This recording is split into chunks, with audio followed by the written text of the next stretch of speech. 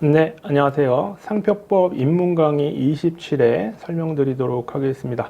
2025년 62회 변리사 시험 1차를 대비하는 시험 과목 중에 하나인 상표법 입문 강의고요. 기본 강의 듣기 전에 입문 강의 들으시면 용어라든지 아주 기본적인 개념을 쉽게 이해하고 계시다가 기본 강의 때 편하게 좀 들으실 수 있습니다. 많은 내용을 이제 하기 때문에 이런 것들로 맛배기로 좀 해주시면 너무 많은 도움이 되고요. 특허나 민법을 안 들으셨다 하더라도 좀 쉽게 설명을 드리도록 하고 있습니다. 1회 때 들으셨다면 기본 개념부터 자세히 하고 있고요. 지금까지 꾸준히 들으셨던 분들은 요것도 이어서 설명을 드리도록 하겠습니다.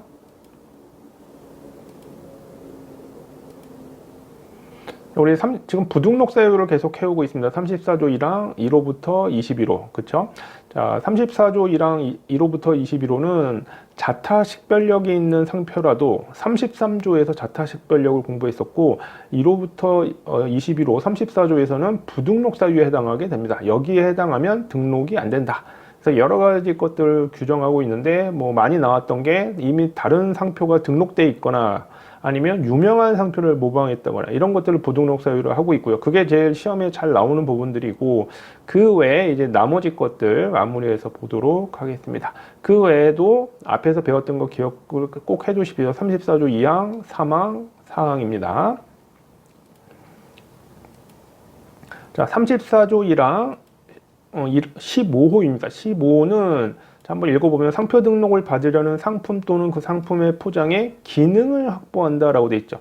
이건 기능을 확보한다는 게 뭐냐? 그러면 이제 주로 어떤 것들이냐면 입체적 형상, 색채, 소리, 냄새만으로 된 상표. 자, 기능이라는 거는 우리가 이제 특허법도 공부하시는데 기능에 대한 보호는 특허법에서 한다. 이렇게 규정을 하고 있어서 이런 특허로만 보호될 거를 상표로서 신청하는 경우 상표법상도 등록이 안 되고요. 디자인보호법상도 등록이 안 됩니다. 입체적 형상이다 하더라도. 그러니까 기능적인 부분으로만 구성되어 있고 기능적 부분이 강조되어 있다. 그러면 그거는 특허로 보호해라. 이거를 이제 상표법에서 별도로 규정하고 있습니다.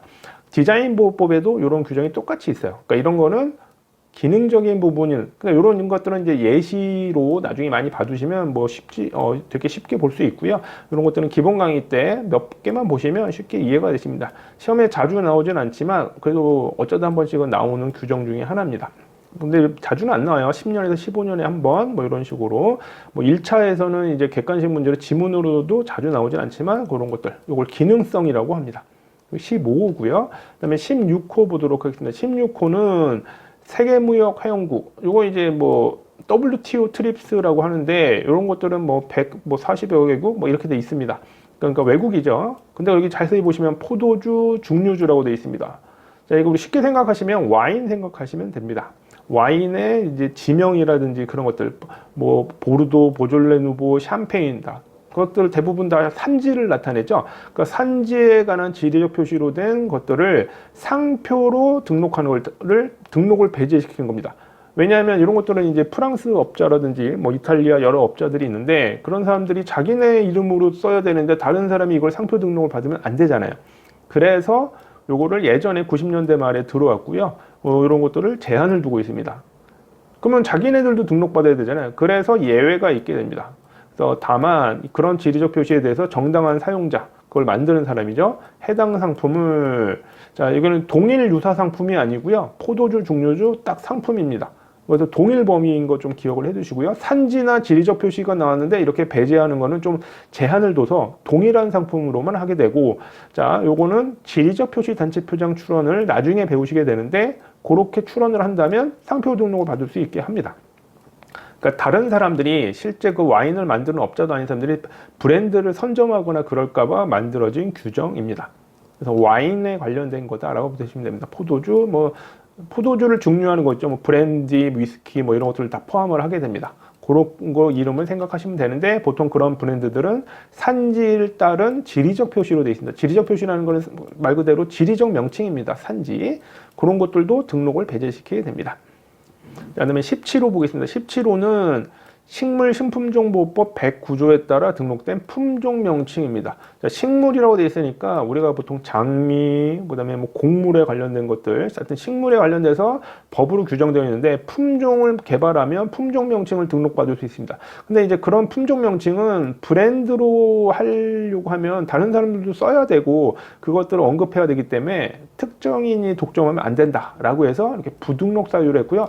동일 유사한 상표 품종명칭과 동일 유사 상품에 대해서 여기는 동일 유사라고 돼 있죠.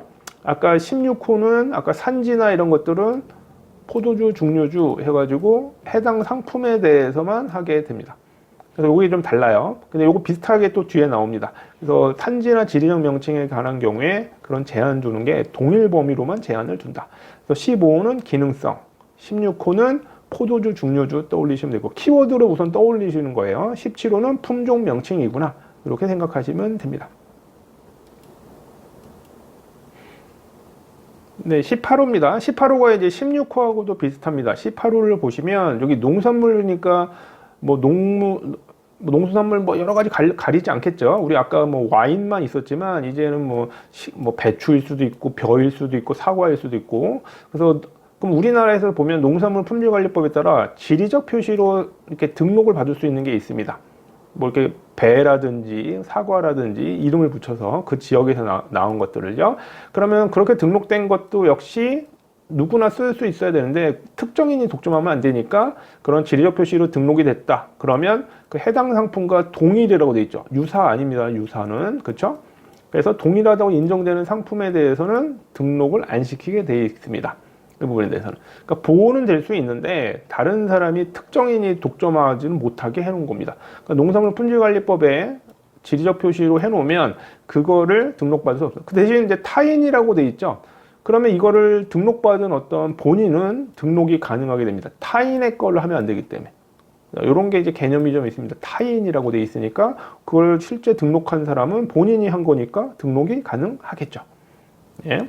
그래서 이것도 지리적 표시 산지와 관련이 있기 때문에 동일한 상품에만 도게 되고요. 그다음에 19호입니다. 대한민국이 외국과 양자 간 단둘이 했거나 여러 나라들과 체결하여 발효된 자유무역협정. 이게 이제 FTA를 얘기합니다. FTA 많이 들어보셨죠? 그러니까 이거 그때 유럽하고 이제 그런 게 생기면서 그 당시에는 포도주, 증류주만 16호에 있었는데 농수산물에 대해서도 FTA를 맺으면서 아예 이거 규정을 또 들어오게 됩니다. 그래서 타인의 지리적 표시로 돼 있죠. 타인. 그래서 동일 유사한 상표라고 돼 있는데 지리적 표시로 구성되거나 포함되는 상표로서 상품은 이제 어떻게 되는지 보세요. 상품은 동일한 경우만. 그러니까 표장은 상표는 동일 유사해서 좀 넓게 보는데 상품은 동일한 상품에 대해서만. 올리브유를 했다든지 어떤 다른 농산물을 할 때 포도주, 증류주도 유사 상품이라고 하진 않았죠. 동일한 상품에 대해서만. 범위를 제한을 해서 보호하게 됩니다. 어떤 FTA를 맺은 국가에서 보호되는 표시. 그러니까 유럽과도 맺었기 때문에 아까 유럽하고도 적용이 됩니다. 그래서 와인도 이걸로도 적용할 수 있고 아까 와인은 16호로도 적용하게 됩니다. 자, 이런 것들이 부등록 사유인데 좀 특이한 거, 상품이 동일한 거 기억을 해 주십시오. 그 다음에 이제 마지막입니다. 20호고 21호인데 20호는 매우 중요합니다. 20호는 최근에도 시험에 나왔고요. 판례가 개정된 지 얼마 안 된 건데 신규로 만들어진 건데도 판례가 나와서 시험에 바로 나왔습니다. 작년인가 재작년 2차 시험에도 나왔었고요. 그 특징이 뭐냐면 여기 보시면 동업, 고용 등의 계약관계, 업무상 거래관계, 그 밖의 관계 어떤 관계를 맺은 사람이 있는데 그런 거를 타인이 사용하거나 사용 준비 중인 상표를 알면서 아직 등록을 안 한 거예요. 그러니까 알면서 이걸 이제 민법상으로도 용어를 배우셨죠? 악의라고 합니다.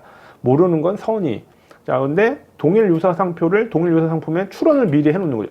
그러니까 이런 거는 예전에 규정이 없었을 땐 못 잡았습니다. 그냥 계약 관계만 있다가 틀어지니까 상표를 먼저 등록해버리면 뭐 유명한 상표도 아니고 내가 먼저 생각한 거다 주장해도 그런 건 받아들이지 않았거든요. 하지만 이런 거를 이제 이슈가 너무 많으니까 우리나라에서는 요거를 규정을 만들게 됩니다. 그러니까 우리나라 법률 규정들이 개정이 많이 되는데 어느 나라보다도 이렇게 원래 권리자가 아닌 사람이 상표 등록받는 걸 많이 잘 막는 편입니다. 개정이 많아요.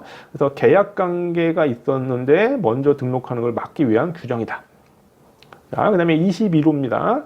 그다음에 이건 조약 당사국이라고 하면 파리 조약을 얘기해서 외국이라고 생각하시면 됩니다. 외국에 등록된 상표인데 그런 동일 유사 상표에 관련돼서 그 사람과 이것도 비슷하게 동업 관계, 계약 관계가 있거나 있었던 자, 하여튼 최근이든 하여튼 관계가 있었긴 돼요. 뭐 대리인이든 뭐 대리점이었든 어떤 관계가 있었던 자가 권리를 가진 자의 동의받지 않고 동일 유사 상표를 출원한 경우, 자 이런 경우에 해당하죠. 그래서 이런 것들을 막기 위해서 만든 규정이라고 보시면 됩니다.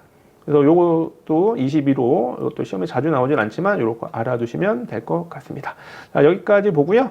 34조 1항 마감을 하고 다음에 이어서 보도록 하겠습니다. 27회 들어주셔서 감사드리고요. 28회 때 뵙도록 하겠습니다. 감사합니다.